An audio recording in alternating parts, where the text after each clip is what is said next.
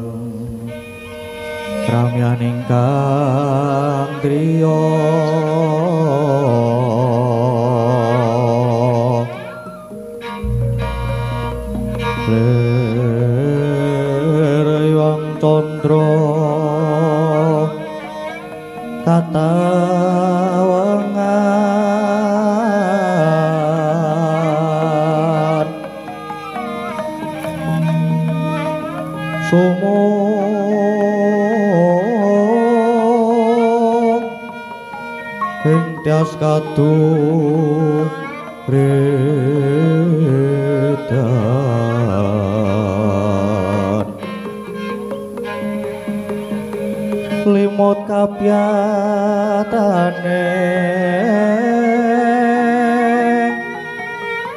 rojek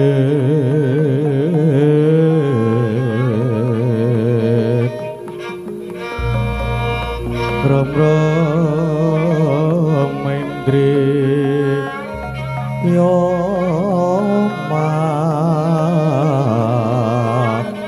nawo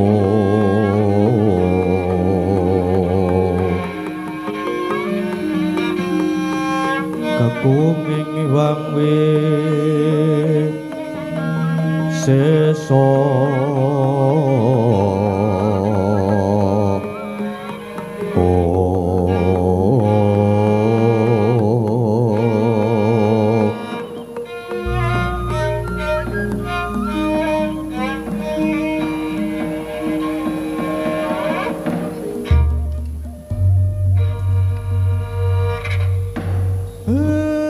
Blegagak ugek sadulita mel anakku ngger nala gareng Petra padene Bagong ana tetembungan anak anungan Indita tegese duwe anak lanang mursid kang bisa mikul dhuwur mendem jero kelawan derajate wong tuwa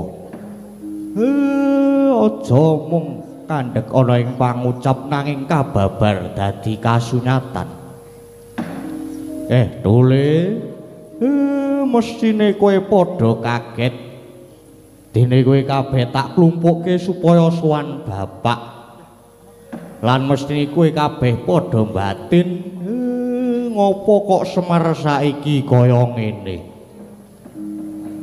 nggih Pak kula jane nggih nembe ajeng nyuwun prisa. Ngapa kok kiyane niku sakniki radi aneh. Mongko pun pinten-pinten pisanan mboten seba caos ten pasewakan negara Ngamarta. Iya Nala Gareng.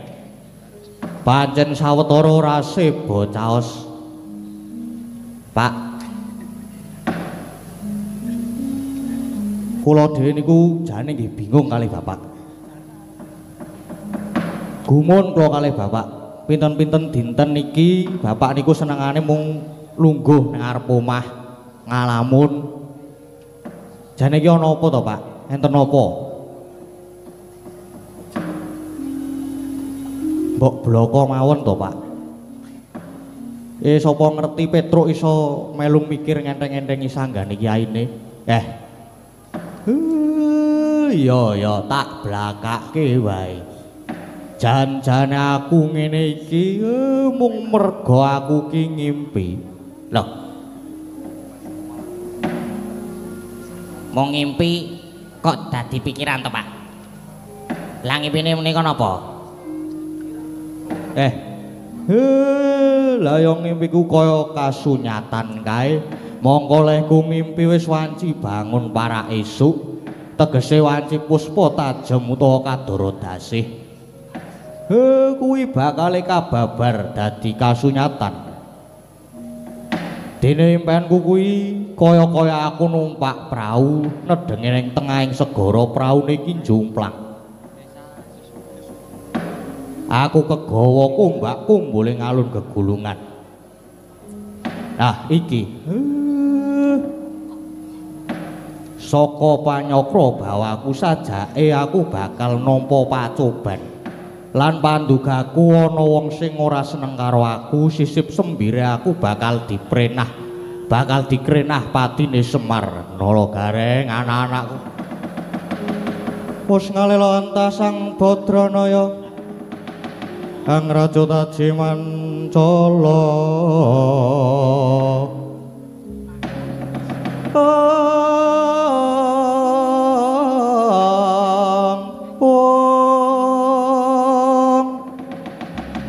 Panangukut Pancandriya Sayakti Dewa Utama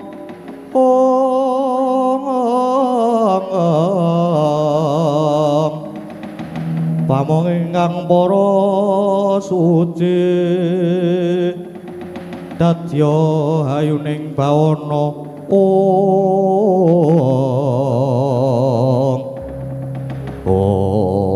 Semar aku sing teko Semar. Sopo kae?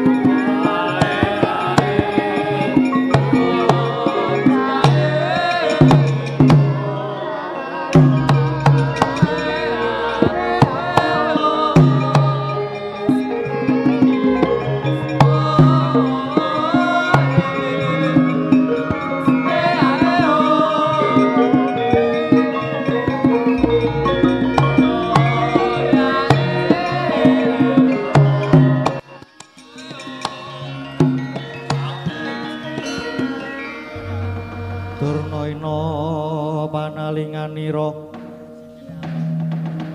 lumajaring ratri linenggak jangganira dening sang tresna jumena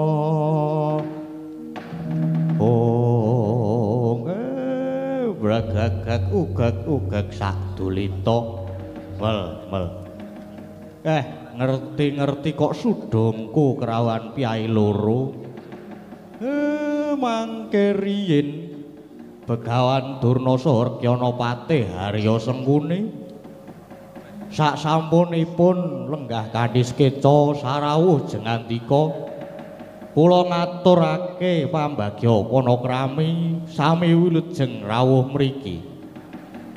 Kadang blekudung lalu kebol semorante Allah. Selamat iya. Nek ora selamat mestine aku ora bakal tekan kene. Dadi kowe ora usah perlu mbakekke marang aku. Aku ora rumangsa dolanan sulak kok sudungku ketekan wong rada owah. Nggih pun, nggih. Lah niki wonten wigati menapa? Ngene ya Semar. Gethek petele Semar ki nek disawang ya mung Semar. Mung derajate ngaceplik, mung batur getibal 17. Nanging kena ngopo? Kena ngopo antum para temen? Jagat iki nganti iso kebrebekan karo kondangmu, kebrebekan karo jenenge Semar. Kabeh ngundangake yen to Semar ki titising dewa, kabeh padha ngalembana marang Semar. Malah aku sing jejere Pendhita Durna. Kuwi pinangka pujangganing kratone Wasmana kalah kondang karo jenengmu. Malah ora mung kuwi, anak Prabu Duryudana. Anak Prabu Duryudana Nalendra ingkang kondang menang mangreh para ratu. Dasare ratu sugih bandha sugih bandu. Wasmana yang mesa kaling-kalingan marang karo jenengmu kuwi Semar. Pancen.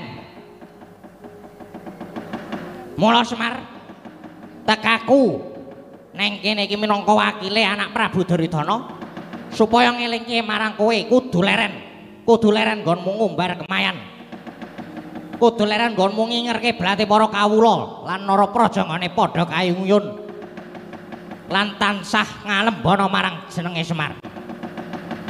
Iki Semar tak anggap kleru wani ngungkuli kondange Ratu Ngastina Semar. Tenan to rada owah. Penembahan Durna sampean niku pendhita sepuh piyai sepuh tur ya sugih kawruh agal lembut ya wis kecakup lah ning kok mung surban lan kethu sampean sing putih tok nyatane penggali isih kumrangsang panas barang merisrei dengki enggak baik ya. Dek luput kula lupute Semar niku nggen pundi? Umpama kula kondang kula nggih mboten krasa, kula nggih mboten ngrasa nek kula niku kondang. Kula nggih mboten gawe pengaruh. Semar, ora sakakean gunem sing tanpa guna. Bakune kowe dianggep luput. Waton kowe kuwi gelem leren. Nggonmu mengaruhi kawula, kowe bakal lolos saka pahukuman. Manuta, tak bondo tanganmu tak gone Ngastina kowe bakal digawe bekakak. Pancen lambene kurang ajar kowe. Adono.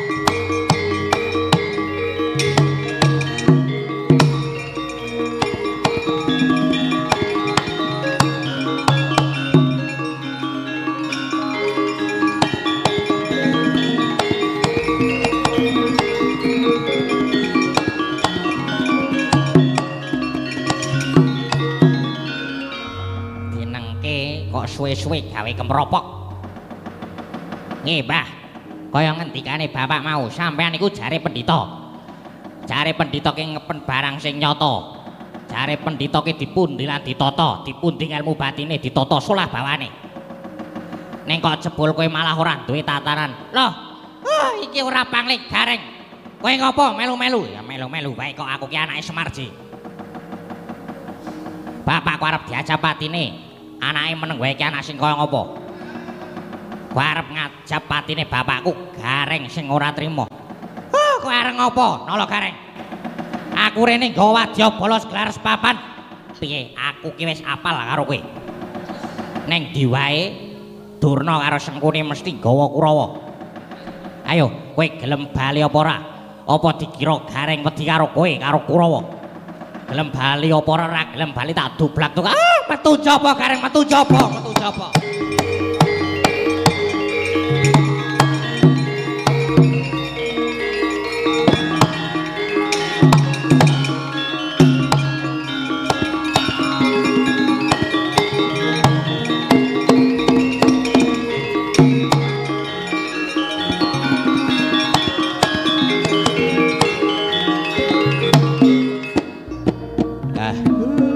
Tututile nggih Pak.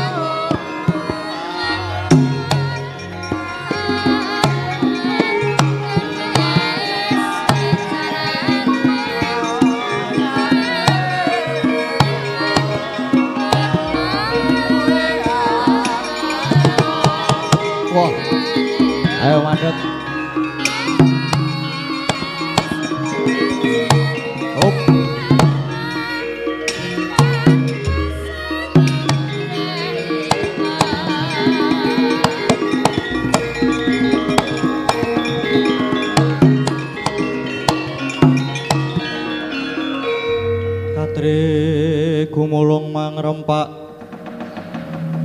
Kurata kurareka kiri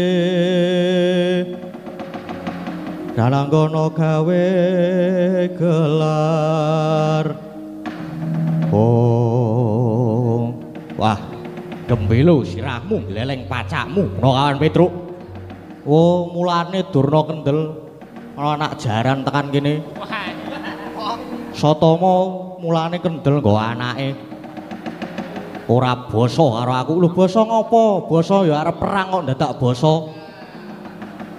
rasa perlu basa penting bres-bres Petro rasa kakean gunung sing tanpa guna gelem ngulungke Semar ora gelem tak ulungke ulungno Semar bakal tak bondo tangan tak krincung sikile kowe wani ngrasani bapak wani ngajapatine bapak mungsuhmu Petro ora minggat saka ngarep aku tebak dadamu kene margane patimu ayo kene tak ladeni Satama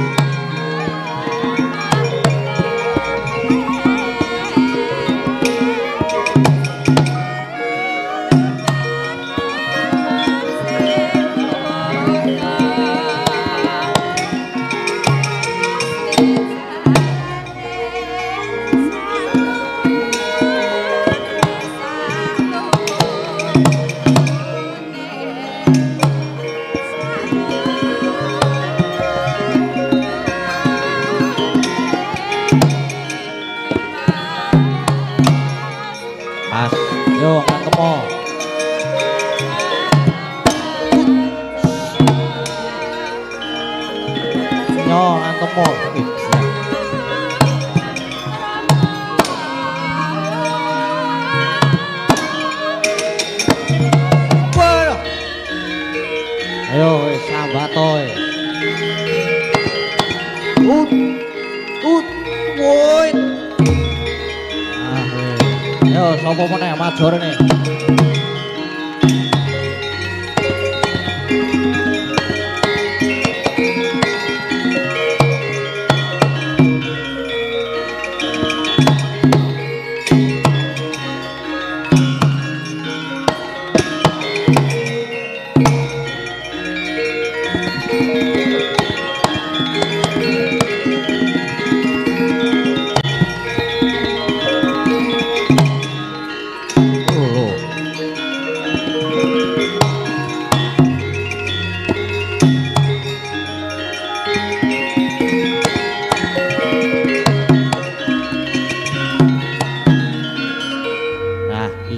Senopatine sisan kene. Sisan lek ora basa sisan. Lho Petro. Kowe kok malang kadak kon sugal wus marang aku. Lho, arep gelut to iki? Lah musuhmu ki sapa? Kowe. Senopati Ngastina musuh Senopati Karangkadempel. Ayo, iki Petruk Senopatine Karangkadempel. Sing arep panca karo kowe iki ya sapa? Aku ki mung butuh ketemu karo bapakmu Semar je, Petruk.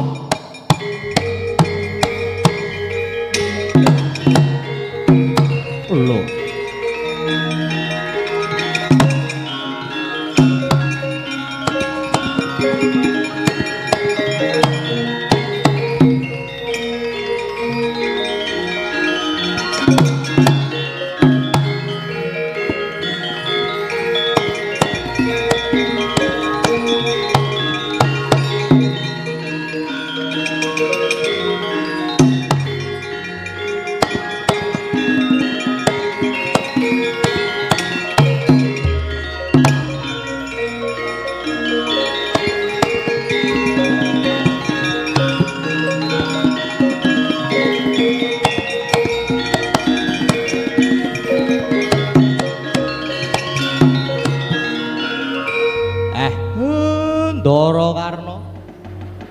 Wonten napa niki ajeng mikut Semar napa pripun?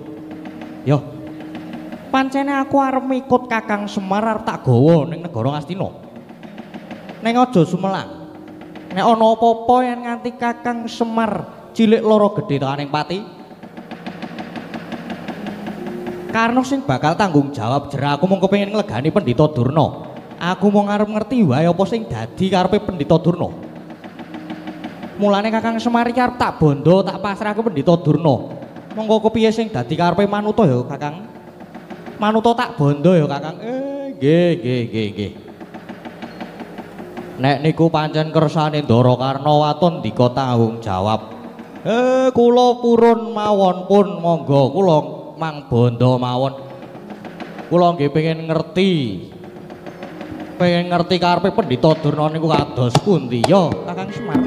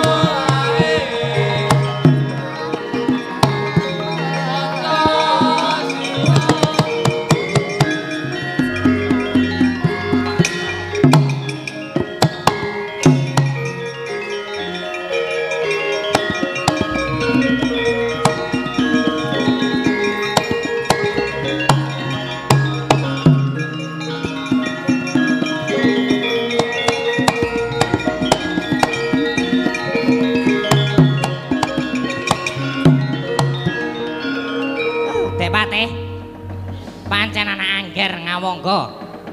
Menika saged dintelke. Nyatane niki Semar iso kebondo. Niki kula niku ajeng dikapake. Semar, kowe meneng wae. Ora gelem meneng tak laban mulutmu itu. Meneng. Nggih.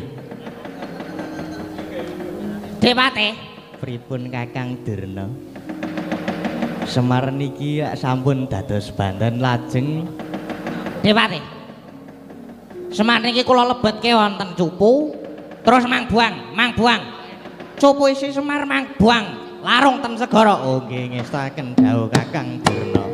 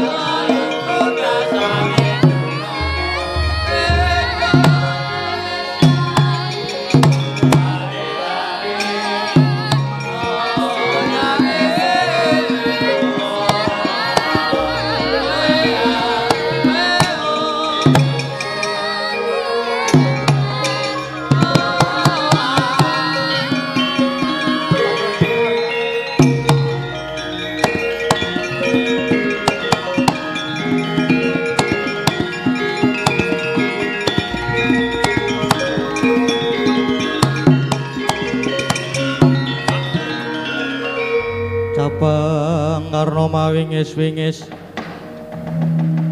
pindha landheping Trisula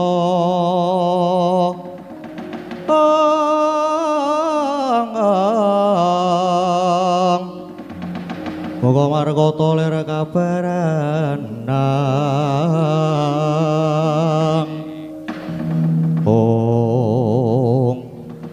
Paman Durna panjenengan menika dos pundi to? Jare pendhita kok mencra-mencle blendra-blendri sing dadi rembuke. Loh. Mencra-mencle kados pundi to, Nger? Wiwit budal saking negari Ngastina sekawit namung badhe bondo Semar lajeng katuraken Kyai Prabu Duryudana sareng Semar manut kula bondo nanging malah lajeng dipun larung teng samudra. Monggo kula wau sampun rembagan kalian Semar purun kula bondo nanging bab keselamatanipun Kakang Semar kula ingkang nanggel. Mboten nginten jebul Semar malah dilarung. Banjur kepiye ora? Oh, pancen Semar tak ajapatine. Merga nek Semar mati Pandhawa bakal ringkih. Semar wis ora kondang meneh nanging sing kondang Begawan Durna. Oh, lah dalah. Lah kok dadi epeh temen gedhokane Pendhita Durna. Ngerti ngono aku mau moh kon ngrangket bondo Semar. Tur meneh karena iki jejering senopati yang tansah jaga marang watak. Jaga marang watak lan jiwa kasatriyanku. Yen pancen arep ngadepi Pandhawa kudune diadepi cara kasatriyan nyoh dada ndidada. Ora kok kanthi cara licik kaya mangkono. Oh, penemban. Sampeyan wis ngorek-orek raine Narpati Basukarna. Mulai nganti Semar iku ora slamet sampeyan kudu hitungan karo Narpati Basukarna.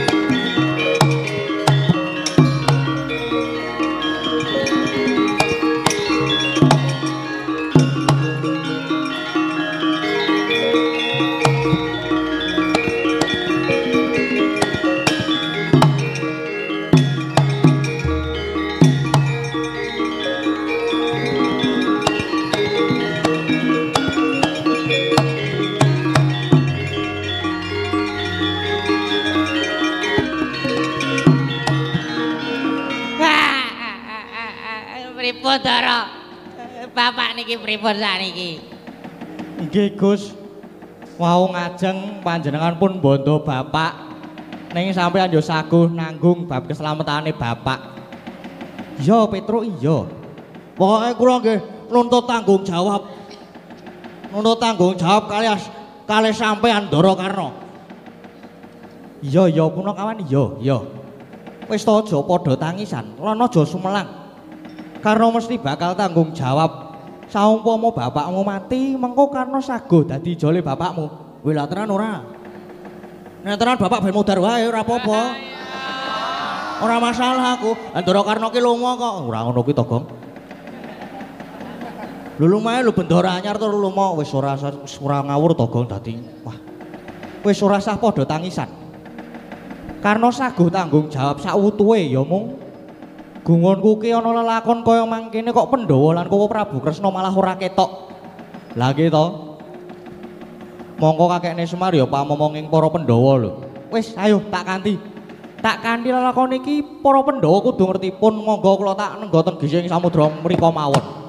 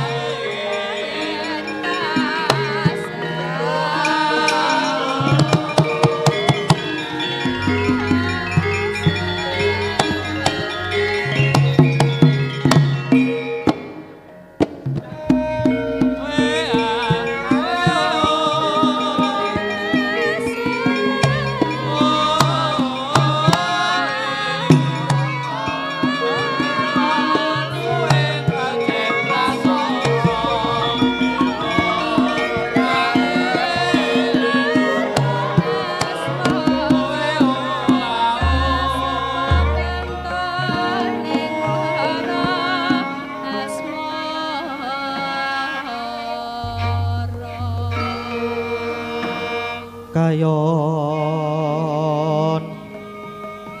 katiyu pengangen sumya swaraning karengyan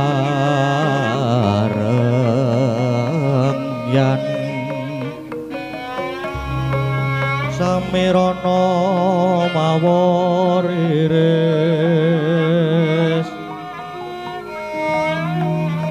lumrang kandaning puspita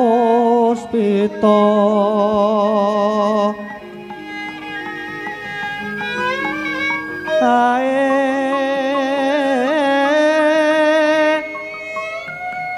ana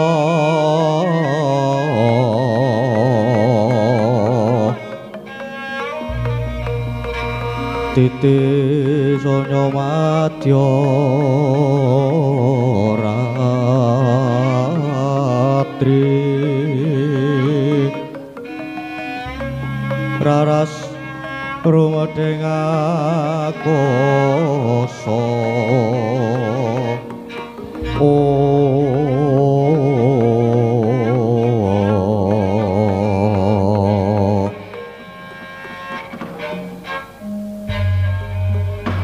Praudara, pirang-pirang pisowanan Kakang Semar ora cebot saos. Apa sekirane Pandhawa keluputan marang Kakang Semar? Wah, saka pangrasaku Pandhawa ora kaluputan karo Semar. Mongko sing wis-wis Semar ora sah dadak ditimbali mesti sowan. Iki ngati pirang-pirang dina sowan pisowanan Semar ora sebo caos. Nadyan kula ugi mekaten. Kula kados mboten damel mesguling manah Kakang Semar. Ya wis. Yen pancen mengkono Semar sejatine ana ngapa, paraga ayo ditanjike ning Karang Kadempel wae. Angler baning kang sinong mati gawe gelar nararya mbek susutira pamo sang mangrempak suranggangkara kita umangsa Koko Prabu Kresna Yai Werkudara Arjuna malah padha kandhek ana kene Koko Prabu Ndorati kula ingkang suwan Koko Prabu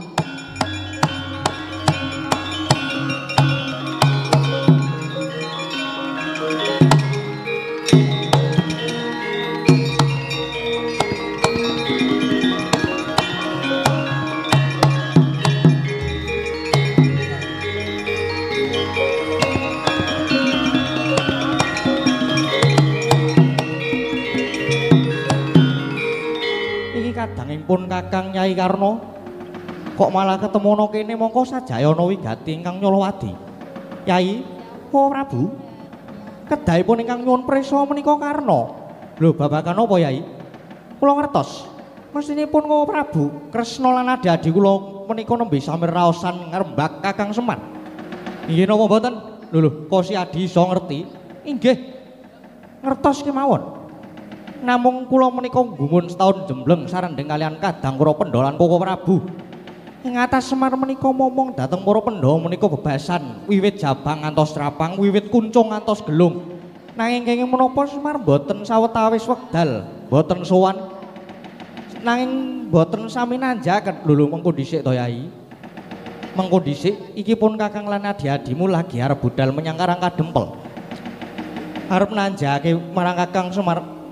Kok lagi saiki? Kawit wau ki ewo apa? Monggo Semar samenika nembe wonten salebeting bebaya malah kepara sisih sembire Semar badhe dumugi ning Sirna. Krana kalian Pendhita Durna Semar dipun larung wonten ing samudra.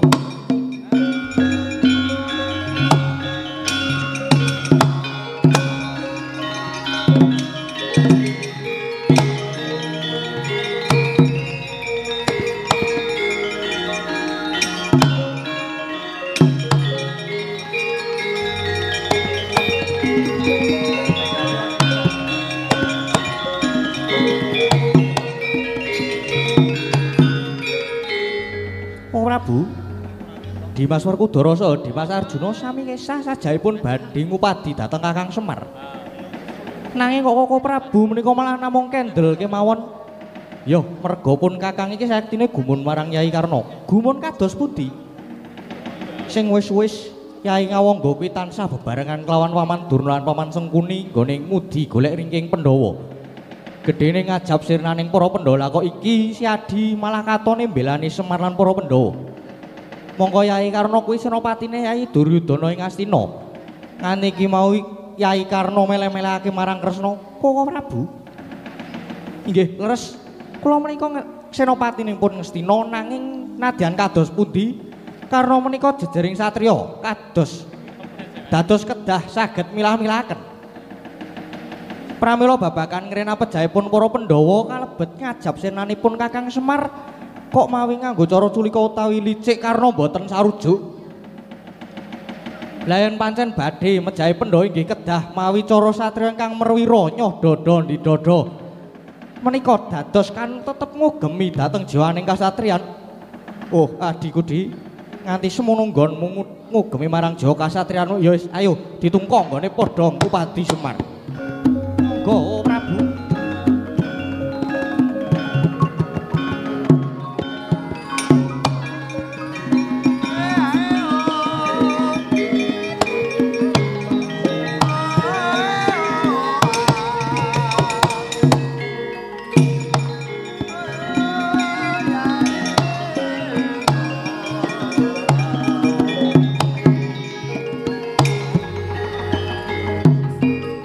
Suli cariyos ngajeng Kilurah Semar ingkang wonten salebeting cupu den larung ing samudra temah kumbak kumbuling kegawalun gegulungan nanging eling-eling Ki Lurah Semar diwonge jawantah nadyan den larung parandene Waluya Jati saged luar medal saking suku sareang rajut Sang Suksma Jati.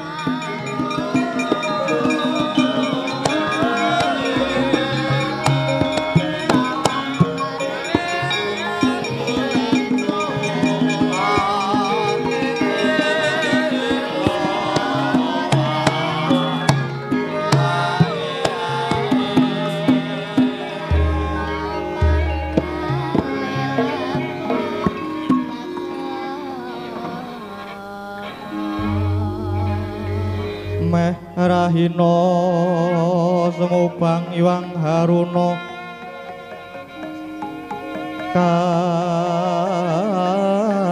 katinetraning anggarapuh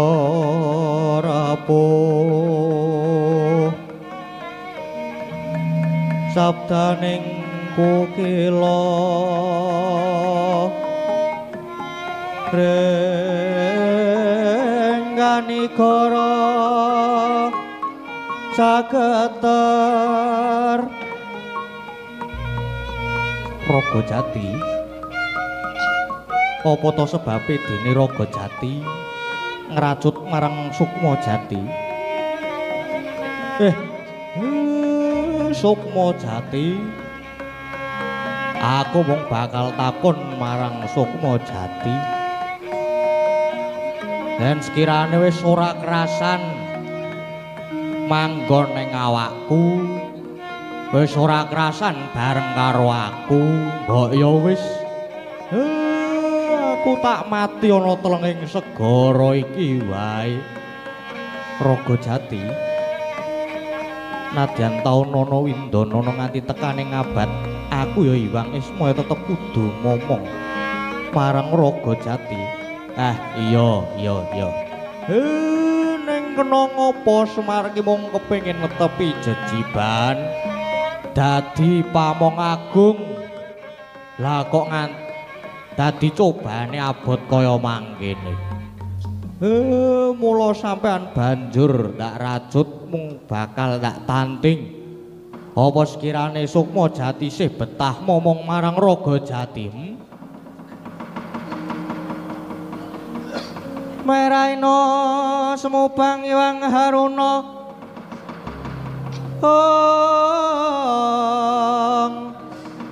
katinetraning anggarapuh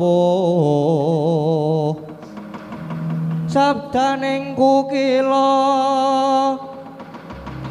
rengganigara sageter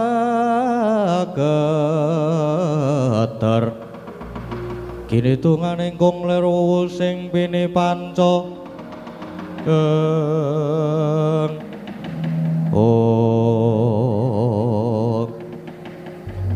ilahing Raga Jati kutinitah pancen pinesti dadi swargaku ya senadyan tata gelar mung derajate ngaceplik nanging kewajibanmu abote ngungkuli wong nyangga bumi wis samestine lamun akeh pacobane nanging Raga Jati ora kena ngresang-gresula kudu tetep tansah teteken ati suci pepayung budi rahayu tetep dadi panuntuning jiwane manungsa supaya tumindak utama lan Raga Jati tetep dadi mustikaning titah pepetinganing para jalma kang mengkono aku tetep sajuga manjing momong marang Raga Jati ya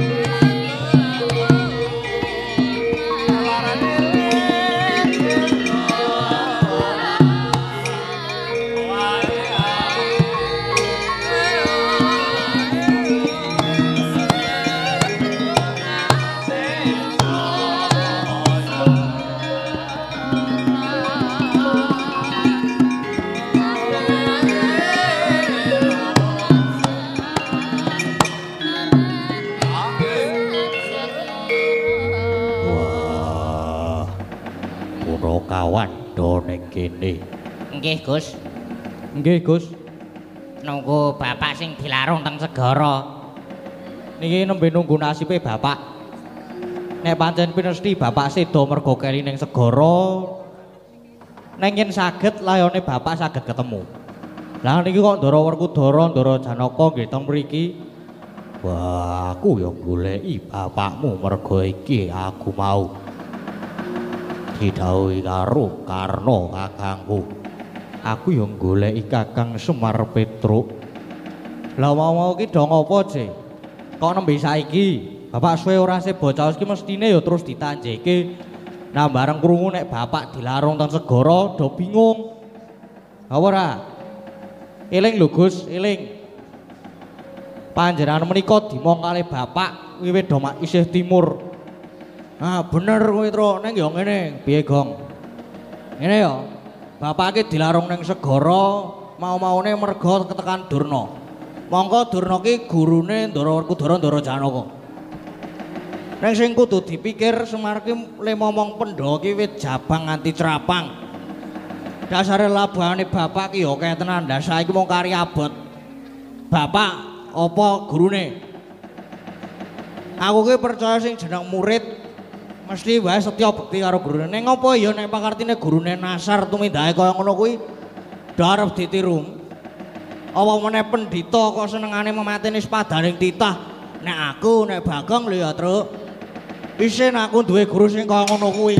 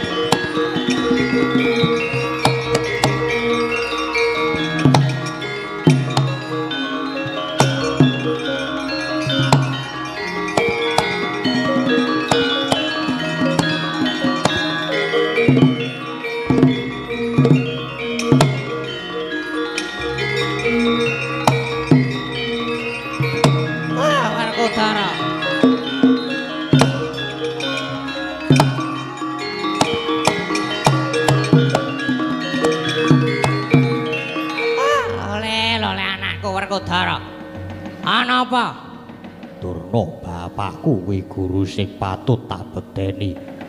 Tak pepundi nanging kena ngapa? Wah, kowe mentala merjaya karo Semar. Tegel wae.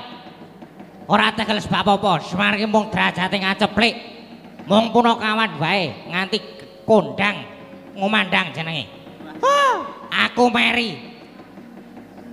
Aku sing pendhita Durna wae kalah kondang, Semar kudu mati. Semar kudu mati. Ora tegel sebab apa? Guru ki pancen digugulan ditiru. Wah, ning bab pakartine guru sing nyimpang saka bener kowe ora kena ditiru. Mula gandeng kowe wis bondo Semar kowe uga kudu tak bondo. Wah, Werkudara karo ngopo? Wah, menengo tak bondo kowe. Wah, Werkudara, Werkudara. Werkudara, Werkudara.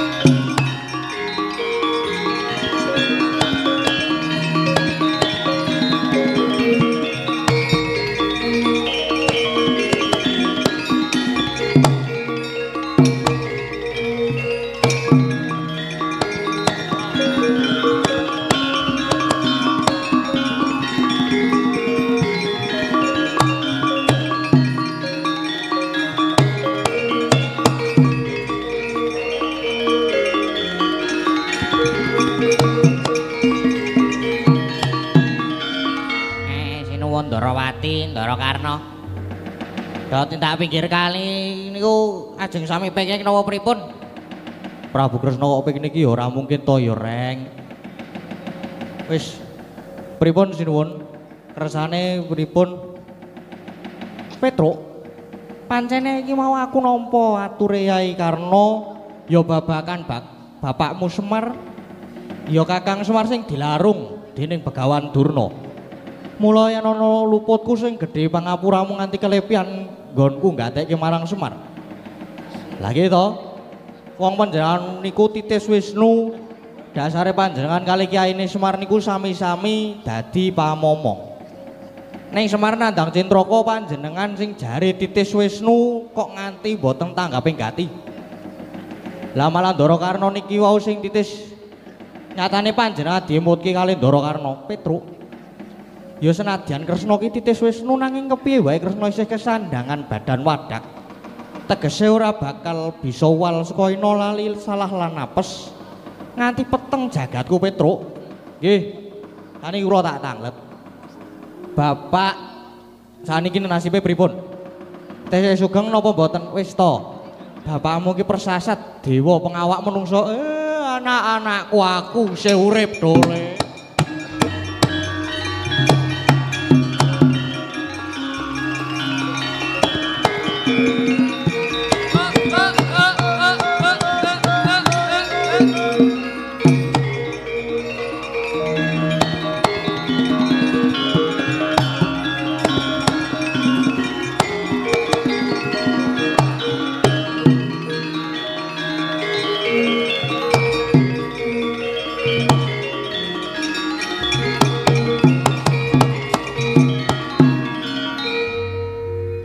Bapak.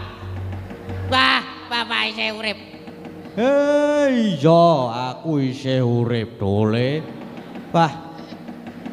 Syukur bapak tesih waluya. Ora sida mati to, Pak? Wah, semi.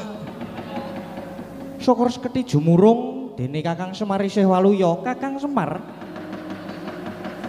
Syukur pinanggih rahayu. Nggih. Sing jeneng ala niku mboten badhe tumama ing becik. Senadyan diranjap gegaman, nadyan dilarung ten segara. Nek pancen Semar isih dikeparengake urip ya mung gumun kula niku lupute Semar niku kalih Pendhita Durna nggen pundi? Luput kula kalih Pendhita Durna niku nggen pundi to?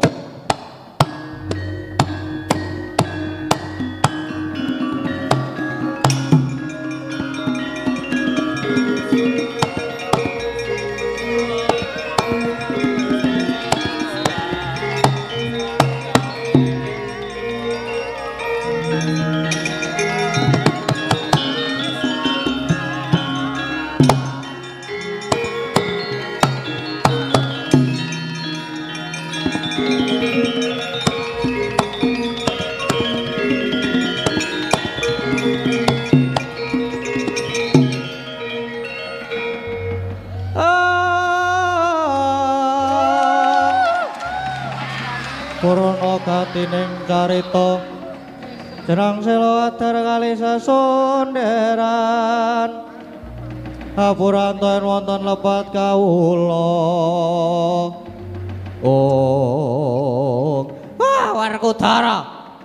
Werkudara, aku ki gurumu kaya tak bandha ki kepiye? Wah, wis ben. Kowe mau bondo Semar, saiki genti kowe sing tak bondo. Wah, iki wis mandi tenan. Omongane Bagong jan mandi tenan. Iki kepiye iki? Dur arep dikapake. Dilarung wae. Aja. Aku ora iso ngae aja dilarung. Aja dilarung ya Bagong, aja dilarung. Wah, Semar Durna wis tak bondo. Mangsa borong lehmu murba. Penemban Durna. Jane luputku niki napa to? Aku ora rumangsa bibiti ala kalih sampeyan. Lah kok jenengan tegel nglarung kula teng segara. Kakang Semar. Aku meri karo Kakang Semar, aku kalah kondang. Kakang aku ngrumangsane luput aku njaluk ngapura. Anak Prabu Kresna angger ngawga kula nyuwun ngapura Werkudara Janaka Punakawan. Aku njaluk ngapura, aku tak njaluk pamit tak bali ning Ngastina, bali ning Sukalima. Nggih, mboten napa-napa pun monggo mangwangsul. Ya Kakang Semar matur nuwun ya Kakang Semar.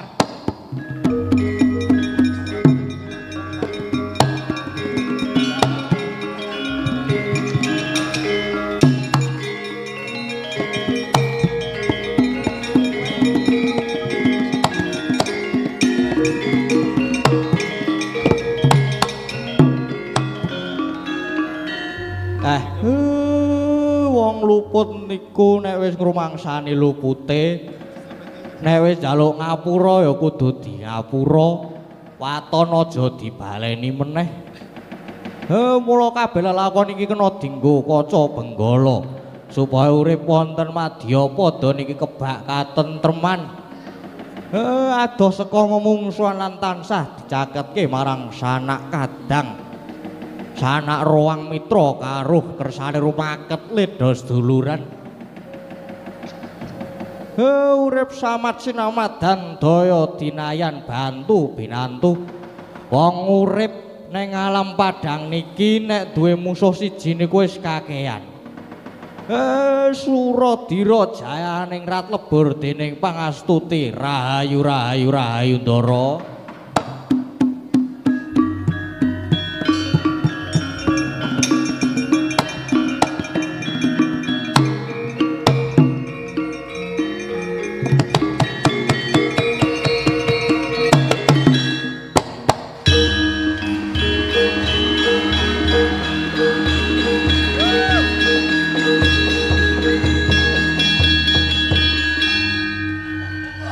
Wow, tepuk tanganipun, keplokipun malih. Wah, luar biasa nggih.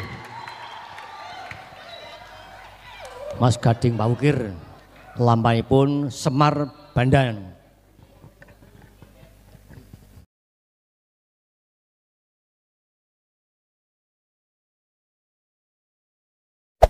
Hey there.